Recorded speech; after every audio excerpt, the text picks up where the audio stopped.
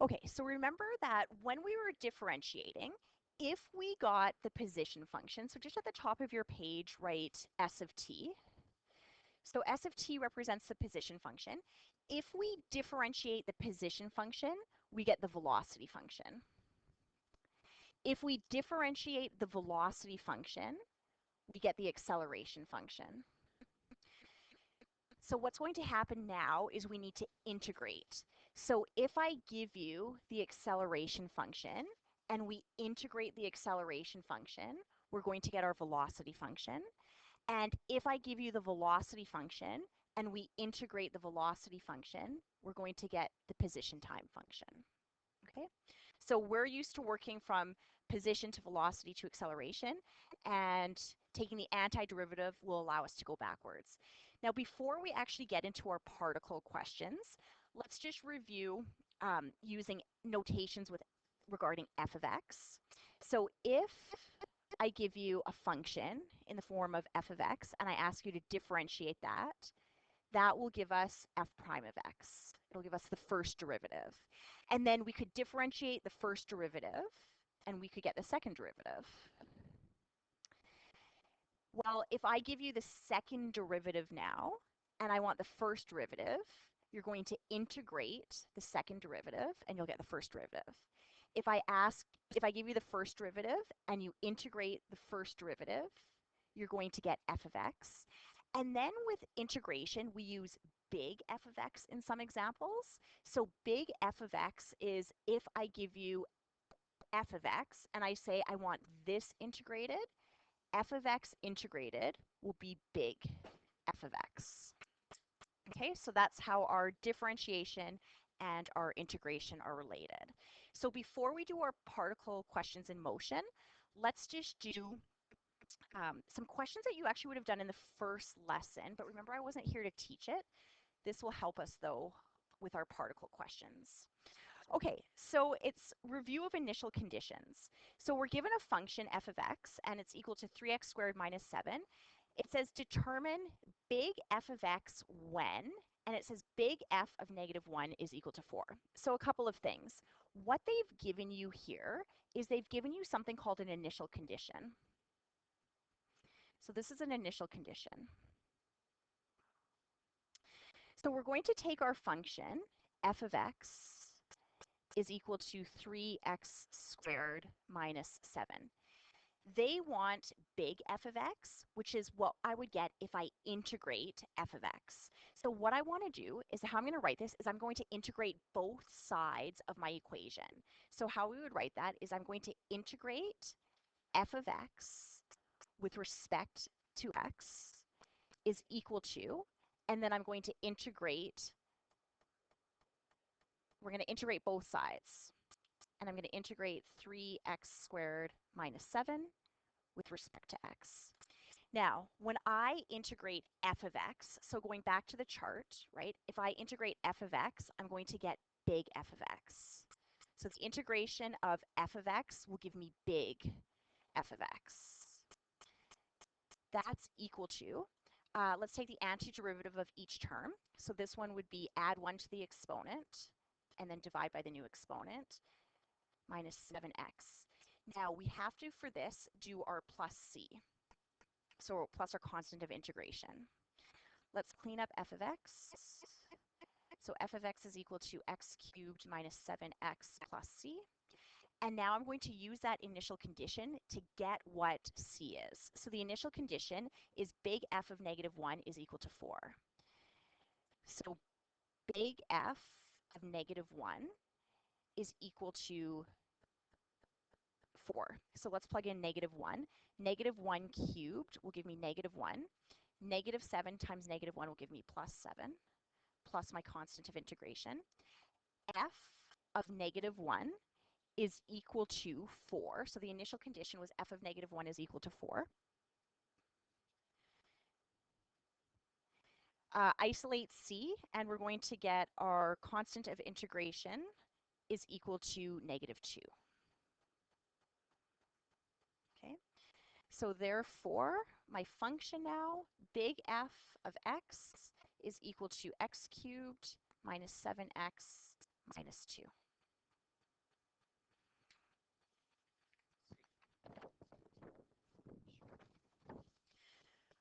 Okay, let's do that exact same thing on this question. So again, just write above here that we're used to differentiating. So if I take the derivative of f of x, I'm going to get f prime of x. If I take the derivative of f prime of x, I'm going to get the second derivative. So going backwards, if I integrate the second derivative, I'm going to get the first derivative. If I integrate the first derivative, I'm going to get the original function. So they give me f prime of x. They want f of x. So they gave me f prime of x. I'm going to integrate it to get little f of x. So let's integrate both sides of this equation. So integrate f prime of x is equal to, and we're going to integrate 6x squared minus 5. Oh, I forgot to add, I need a dx here for our notation. And when you're integrating on the left side as well, we're integrating with respect to x. Okay, so the antiderivative of f prime of x is little f of x.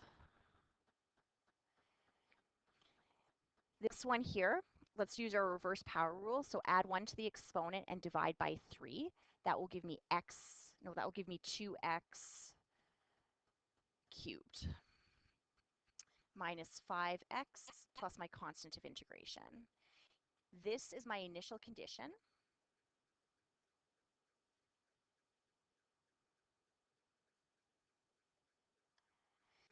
So I know that f of 1 will be 2 minus 5 plus c. I'm just plugging 1 into my function. And I know that f of 1 is equal to 4. So c is 7. Therefore, f of x is equal to 2x cubed minus 5x plus 7.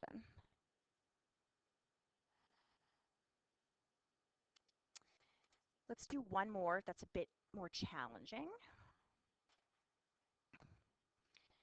And the reason why this one's a bit more challenging is because they give me two initial conditions.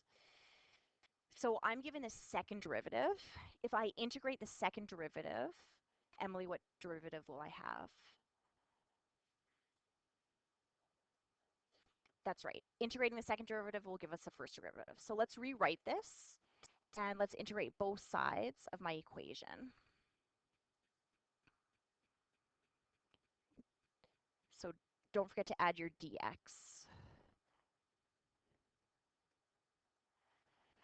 Okay, so integrating the second derivative will give me f prime of x, and that's going to be add 1 and divide by 2, so that's going to be x squared minus 3x plus my constant of integration.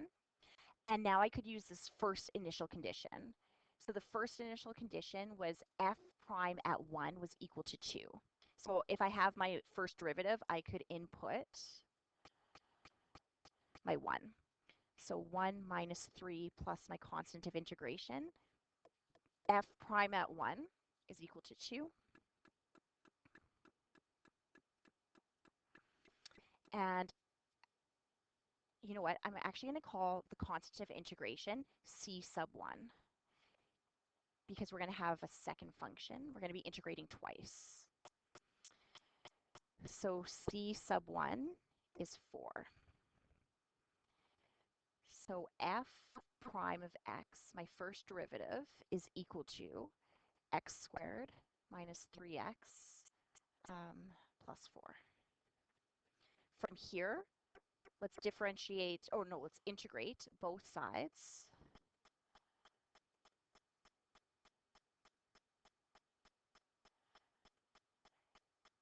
Oh, and when I integrate f prime of x, what will I get? Yeah, you'll get f of x, little f of x.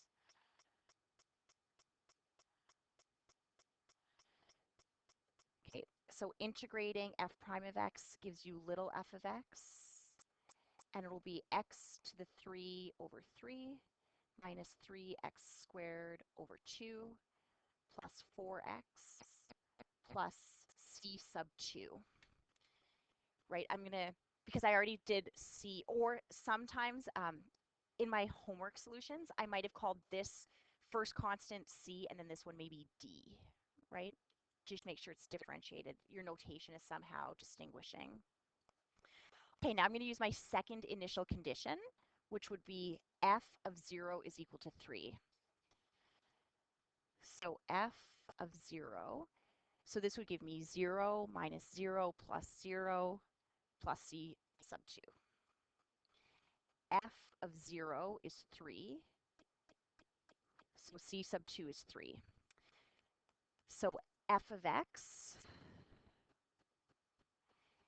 is equal to 1/3 x cubed minus 3 over 2x squared plus 4x plus 3.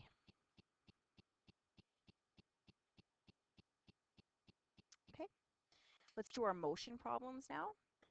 So for our motion problems, again, I always just write what do I get when I differentiate. So I always just jot down my position function differentiated will give me my velocity function. My velocity function differentiated will give me my acceleration function. Then, if I'm given the acceleration function and I need to get my velocity function, I'm going to integrate. If I'm given velocity and I need to get to position time, I want to integrate.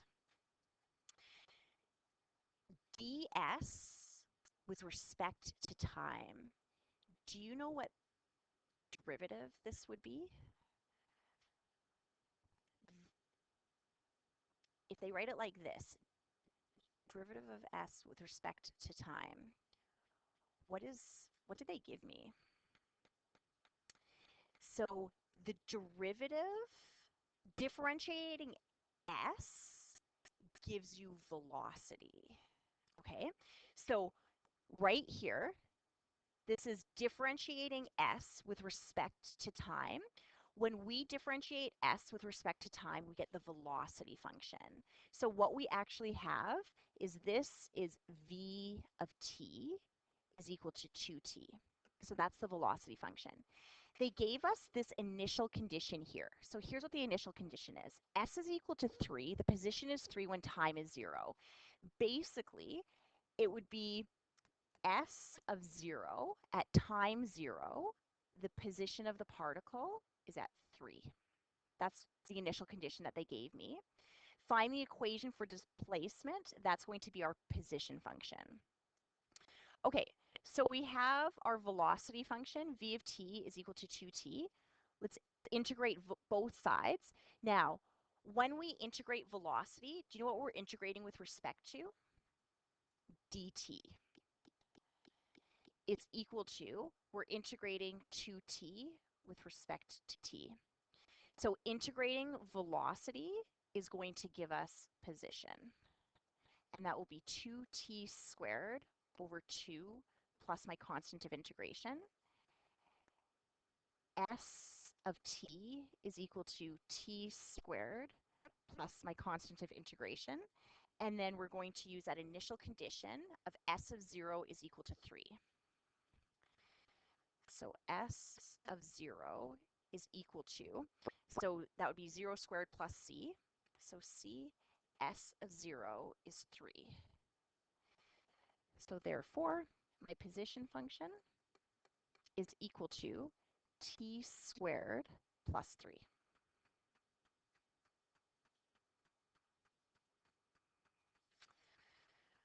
All right,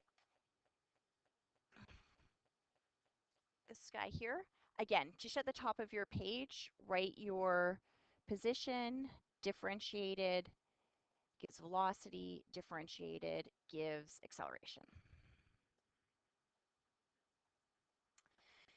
If the acceleration is 3 meters per second, 3 meters per second squared, so acceleration according to time is equal to 3. The initial velocity is 4 meters per second. So this is an initial condition. It's an initial condition for velocity. The initial velocity would be at time 0. The initial velocity is 4 meters per second. This is another initial condition. It says the initial displacement is -5. So that has to do with position. So the position at time 0 is -5. Okay, so from here we have our acceleration function. So let's integrate the acceleration function with respect to time. We'll integrate both sides. And when we integrate acceleration, we're going to get our velocity function. And we'll get v of t is equal to 3t plus our constant of integration. Put in your initial condition. The initial condition I need to input is v of 0 is equal to 4. So v of 0 is equal to 3 times 0 is 0 plus c. V of 0 is 4. I will do c sub 1 again. So my velocity function, v of t, is equal to 3t plus 4. Now that I have that, if I integrate my velocity function with respect to time, I'm going to integrate both sides. I will get Carly-Witch function s of t. So it'll be 3t squared divided by 2 plus 4t plus, I'll do c sub 2. I'm going to use my second initial condition of s of 0. So it's nice. We're just going to input zeros here, and we're going to get c sub 2. And s of 0 is -5, which is c sub 2. So this question was asking for the equations for displacement, velocity, and acceleration.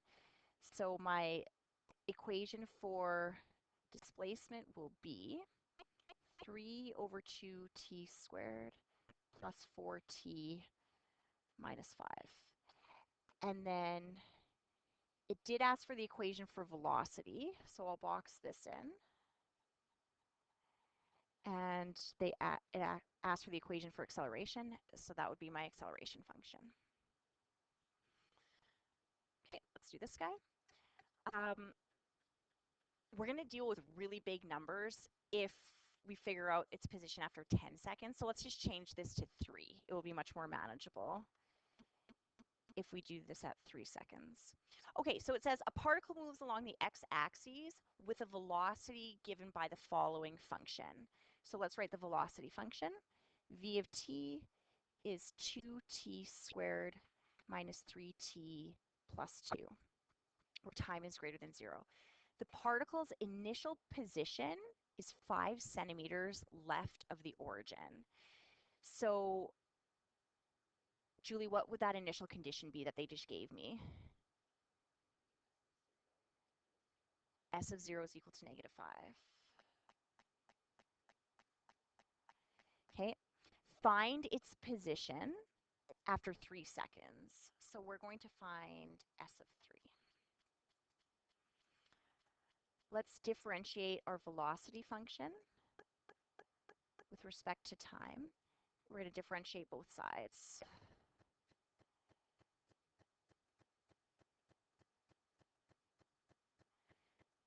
Differentiating velocity will give position. Sorry, not differentiating, integrating. We're going to integrate both sides. Integrating velocity gives us position. So 2t3 over 3 minus 3t squared over 2 plus 2t plus my constant of integration. And let's use the initial condition that the position of the particle at time 0 is 5 centimeters left of the origin. So S of 0 is -5. So S of 0 is equal to, this would all be 0, 0, 0 plus c. -5 is equal to the constant of integration. So my position time function is 2 over 3 t cubed minus 3 over 2 t squared plus 2c, no, 2t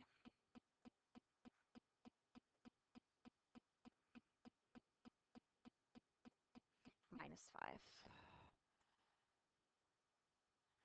Okay, let's find the position at, what did I say, 3 seconds. So how am I actually going to write this first one? I'm just going to write 2 over 3, and then I'm going to write 3 cubed, because then I'm just going to cancel. I've got 3 3's in my numerator and 1 in the denominator. Minus 3, 3 squared over 2, plus 6 minus 5. S of 3. So I'm going to cancel one of those with this guy. So I've got 3 squared is 9. 9 times 2 is 18. I mean, you could have done 27 divided by 3, but minus, I guess I will have a fraction over here. So 3 squared is 9. 9 times 3 is 27. 27 divided by 2. Plus 6 minus 5, so let's just do plus 1. S of 3 is equal to 18 plus 1 is 19 minus, what's 27 over 2? We can just do this as a decimal. What's half of 27? It'd be 13.5. Half of 26 is 13, so it'd be 13.5. I mean, you could do common denominators if you wanted, right? You could do 19 minus 27 over 2, get your answer in common denominators, or because this is easy enough to figure out, hopefully easy enough to figure out as a decimal, what would S of 3 be? Shay, would you have S of 3? Or do you have it as a fraction or as a decimal?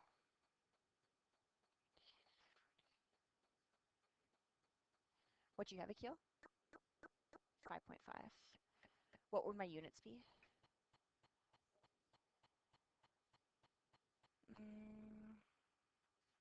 I'm guessing, oh, centimeters. So 5.5 centimeters. So the position at 3 seconds would be 5.5 centimeters. Okay, an object starting from rest. So box in this starting from rest. This actually gives us an initial condition for the position of the particle. Do you know what it would be? S of 0 equals 0. Yep. So if you get an object starting from rest, the position at time 0 is going to be 0. Here's my velocity function. How far, so that's distance, does the object move in the first second? So what it wants is it wants the position at 1 second is what we're calculating. Okay, let's integrate both sides of my velocity function to get my, integrate both sides of velocity to get position. So integrate vt dt, and I'm going to integrate 8t minus 2t squared dt. Integrate velocity, yes. This is just showing, if it was a long answer, you would, right? And this is just showing again, like sometimes students get mixed up when we're integrating, like, yeah, this is just showing, like what you're showing here is that when you integrate velocity, and then by writing this, you're telling me that you just understand the integration of velocity gives position. That's all it is. Yeah. So in my homework, you might not see this step.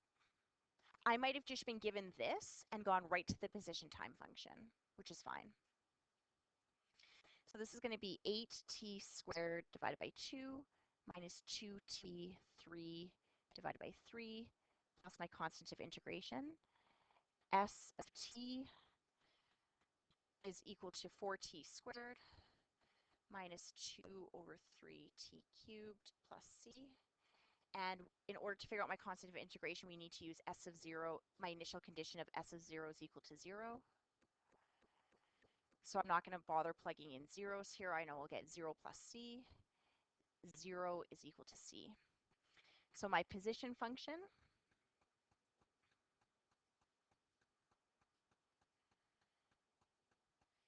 is 4t squared minus 2 over 3t cubed. And then they want the position at 1 second. So that's going to be 4 minus 2/3. And I will get this in a fraction. Multiply this by 3 and this by 3. So 12/3 minus 2/3 is 10/3. So the position at 1 second is 10 over 3.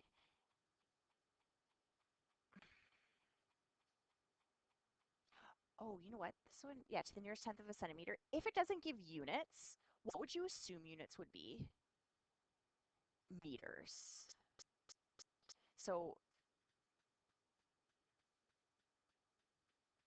I'll put meters there. Okay, let's do one last one.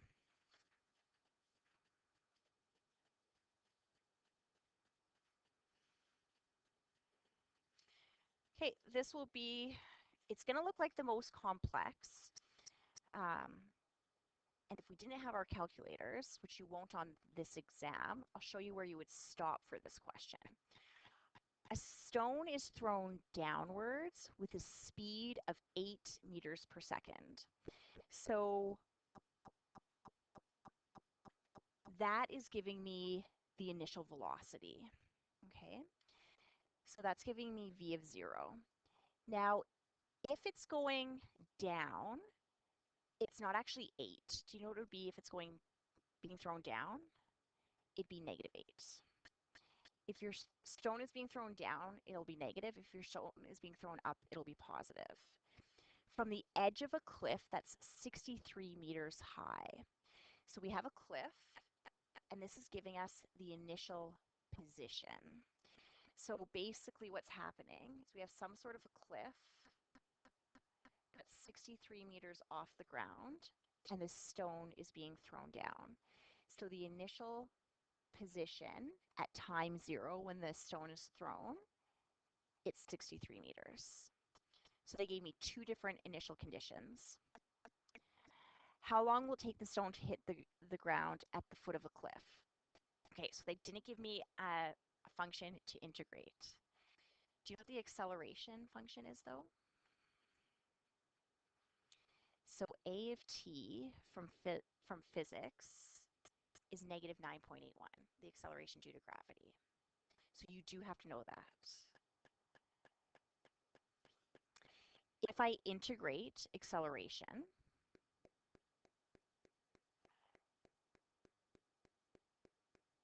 I will get velocity. So velocity according to time, my velocity function is going to be negative 9.81 t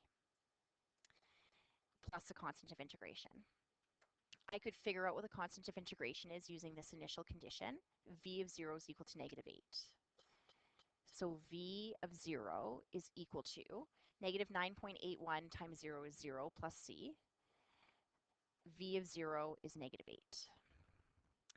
So I know that my velocity function is negative 9.81 t minus 8. If I integrate both sides of my velocity function, I will get my position function. So I'll skip that one step, Sarah, and I'll just write s of t is equal to negative 9.81 t squared divided by 2 minus 8t plus, I'm going to call this c sub 2. I'm going to use the second initial condition to get c sub 2. So s of 0 is equal to, this will be 0 minus 0 plus c sub 2. So c sub 2 is 63. So I know that my position function now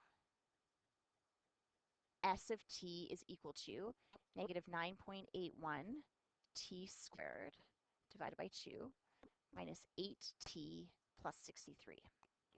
Now here's what this question is asking. The question is saying, how long will it take the stone to hit the ground at the foot of the cliff?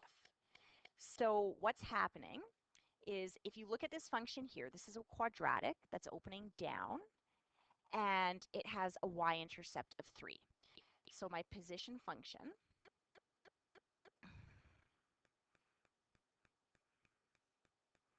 we're going to have a stone starting at 63. It's being thrown down. This is the position graph. This is time, and it's going to hit the ground here. So normally, we try to factor, and we would get 2 times, right? Because this is going to be a quadratic. There's going to be negative time and a positive time. We're going to reject the negative time, but we can't factor. So how would we have done this question in 20-1, the quadratic formula? So we're going to set up the quadratic formula, but then we're not going to solve anything in it. So on your exam, here's what the quadratic formula is. Now the quadratic formula gives our x-intercepts, but x-intercepts are the same as the t-intercepts. So here's what your quadratic formula is. T is equal to, it's negative b plus or minus the square root of b squared minus 4ac all over 2a. You do need to know the equation for the quadratic formula. T is equal to, so we'll fill it in, negative b. So b is negative 8. So negative 8 will give me 8 plus or minus the square root of b squared. So b squared would be in a bracket, it would be negative 8 squared minus 4. I could do negative 9.81 divided by 2. So negative 9.81 divided by 2 is negative 4.9. Or you could write it in as negative 9.81 divided by 2, but this is negative 4.9 times c, which is 63, over 2a. So 2 times negative 4.91, or 4.9, we'll just put. Okay, if this is on a calculator portion of a test, we would be able to punch this in, and I'll give you what your 2 times are. But I'll show you on your exam, we're not going to have the calculator, so where you would stop. You would be able to fill all of this in, right? Like this would be fair for me to ask.